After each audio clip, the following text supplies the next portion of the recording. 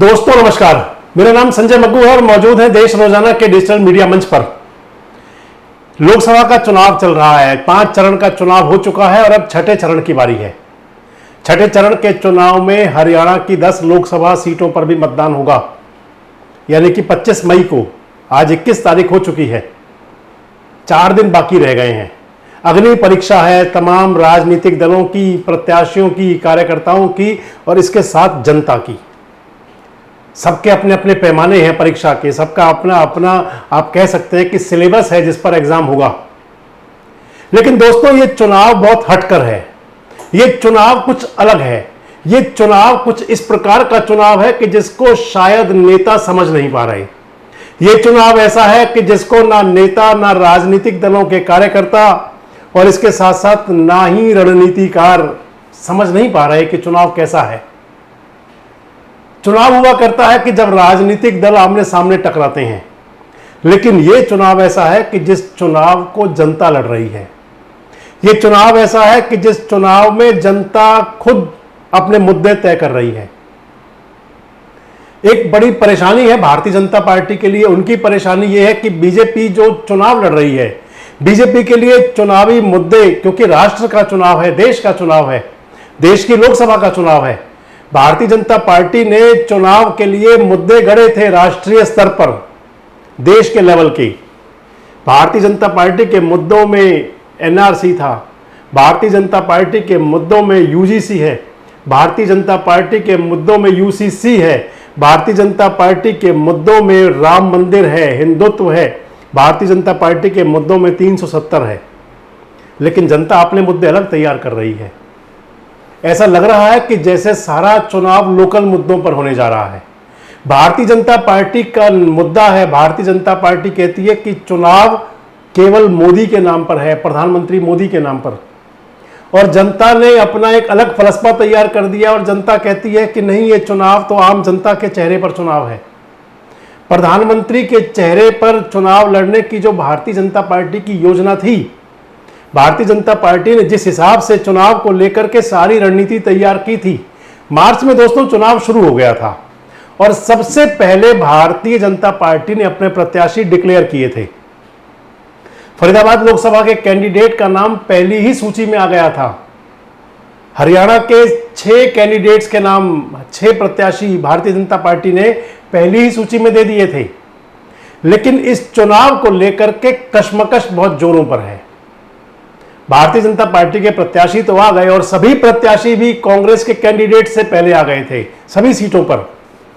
लेकिन हरियाणा के अंदर जो चुनावी मुद्दे हैं, जिनको कि भारतीय जनता पार्टी चाहती थी कि नेशनल मुद्दों पर, राष्ट्रीय मुद्दों पर चुनाव हो, लेकिन जनता ने इस चुनाव को क्षेत्रीय मुद्दों पर लाकर कर दिया, स्थानीय मुद्दों पर लाकर कर दिया।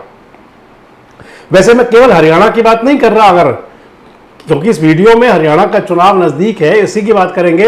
लेकिन आपको यह जरूर बता दूं कि यह चुनाव ना केवल हरियाणा बल्कि पूरे देश भर के अंदर पैरेलल राष्ट्रीय मुद्दों के साथ साथ पैरेलल चल रहे हैं, समानांतर लोकल मुद्दे हैं, लोकल इश्यूज हैं, स्थानीय मुद्दे हैं, जनता की बातें इसके साथ साथ चल रही हैं।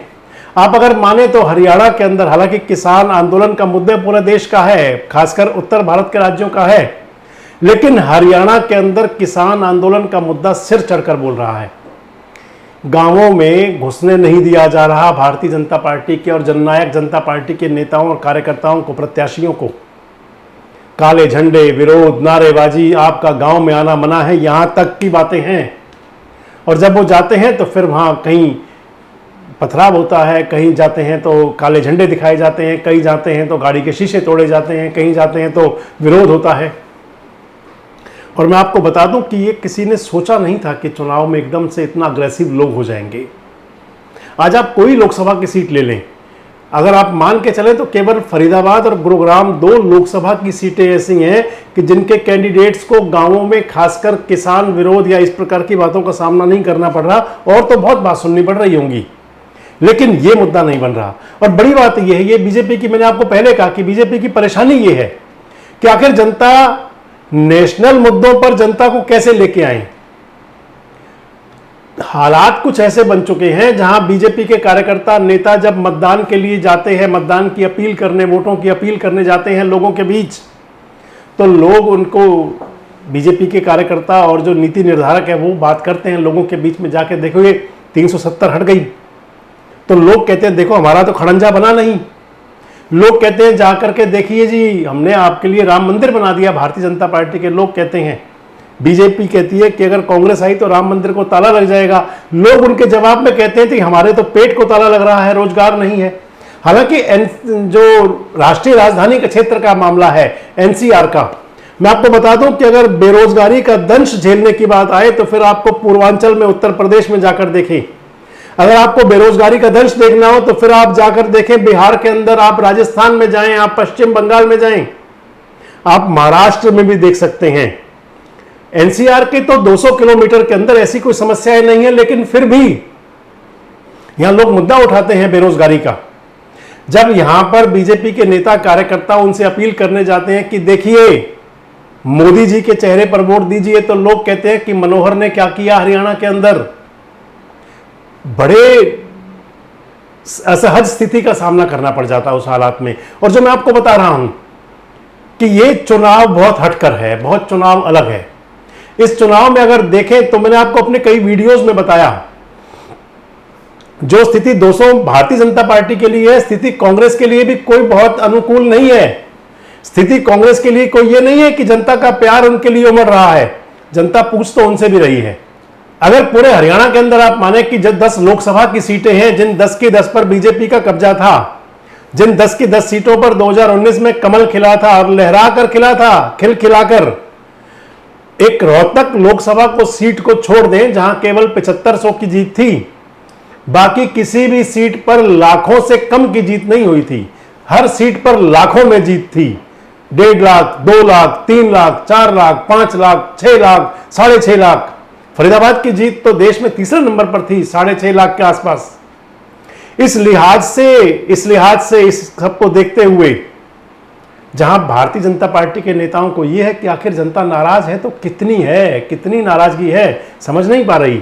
तो दूसरी तरफ कांग्रेस को यह नहीं समझ पा रहा कि आखिर जब उनका संगठन ही नहीं है तो फिर कैसे चुनाव बनेगा।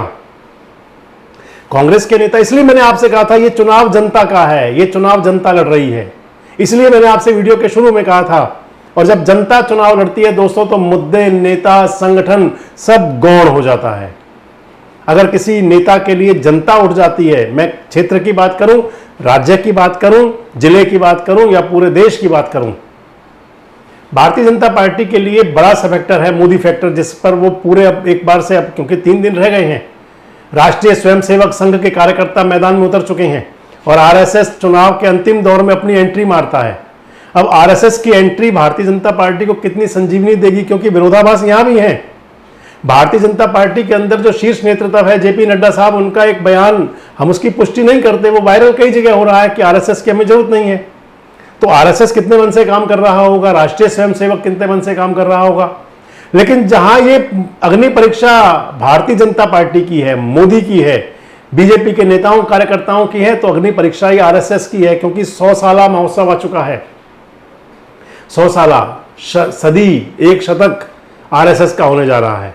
इस लिहाज से मैं आपसे बार बार कह रहा हूं कि ये चुनाव हटके है, ये चुनाव अलग है। और जो मैं आपको बता रहा था कि असमंजस की स्थिति की बात अगर कहें तो आज की स्थिति ये है कि भारतीय जनता पार्टी बड़ा स्पष्ट ये नहीं कह पा रही कि कौन सी सीटों पर वो बहुत ज़्यादा बड़े अंतर से जीत रहे हैं, कौन सी सीटों पर वो कंफर्टेबल हैं, कहाँ उनको विपरीत परिस्थितियों का सामना करना पड़ रहा है।